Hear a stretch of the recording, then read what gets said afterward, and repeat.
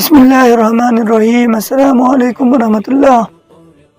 آج ہم ایک نہایت اہم اور انسانی اخلاق سے جڑی ہوئی تعلیم پر بات کریں گے۔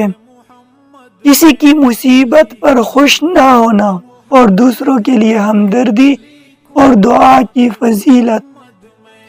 ہمارے پیارے آقا و مولا محمد عربی صلی اللہ علیہ وسلم نے فرمایا، جس شخص نے کسی کی مصیبت پر خوشی محسوس کی، اللہ تعالیٰ اسے بھی آزمائش میں مبتلا کر دے گے، اور جس پر وہ خوش ہوا اللہ تعالیٰ اسے عافیت عطا فرمائے گے۔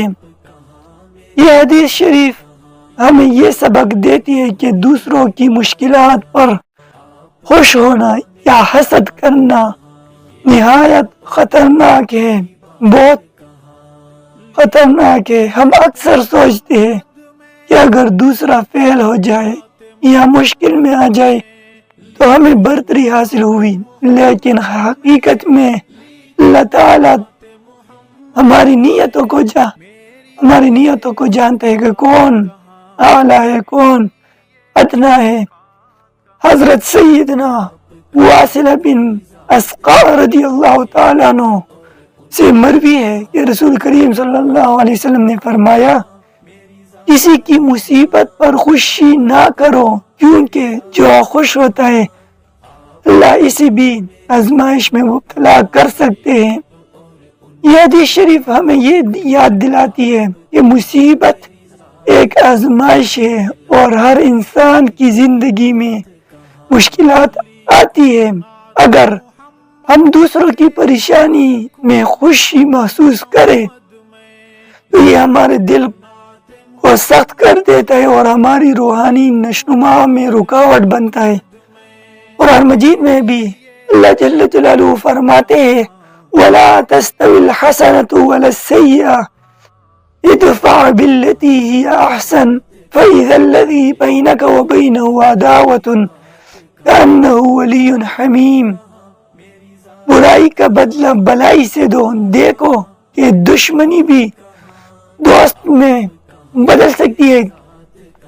ہمدردی اور دعا کرنے کی اہمیت بھی یہاں واضح ہے۔ جب ہم کسی کی مصیبت پر دعا کرتے ہیں دل نرم ہوتا ہے اور اللہ تعالیٰ ہمارے اعمال کو قبول فرماتے ہیں۔ روزمرہ کی زندگی میں یہ تعلیم کیسے اپنائیں؟ دوسروں کے لیے دعا کرے، اگر کوئی بیمار ہو یا مشکل میں ہو اس کے لیے دعا کرے، اگر آپ اس مشکل کو حل کر سکتے ہیں اس کی مشکل حل کرے۔ حسد سے بچے، دوسروں کی کامیابی یا ناکامی پر خوشی یا غصہ محسوس ہرگز نہ کرے، ہمدردی کا مظاہرہ کریں، مشکل وقت میں ہاتھ بڑھائیں، مدد کریں، نصیحت کریں، شکر گزاری اور صبر اختیار کرے، اپنی زندگی میں اللہ کی نعمتوں پر شکر ادا کرے اور مشکلات میں صبر کرے۔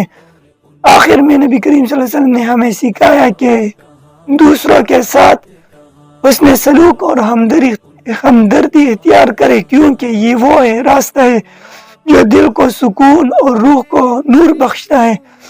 اللہ تعالی ہمیں یہ توفیق دے کہ ہم کسی کی مصیبت پر خوش نہ ہو بلکہ سب کے لیے دعا اور ہمدردی کا جذبہ پیدا کرے۔ آمین یا رب العالمین۔ والسلام علیکم ورحمۃ اللہ۔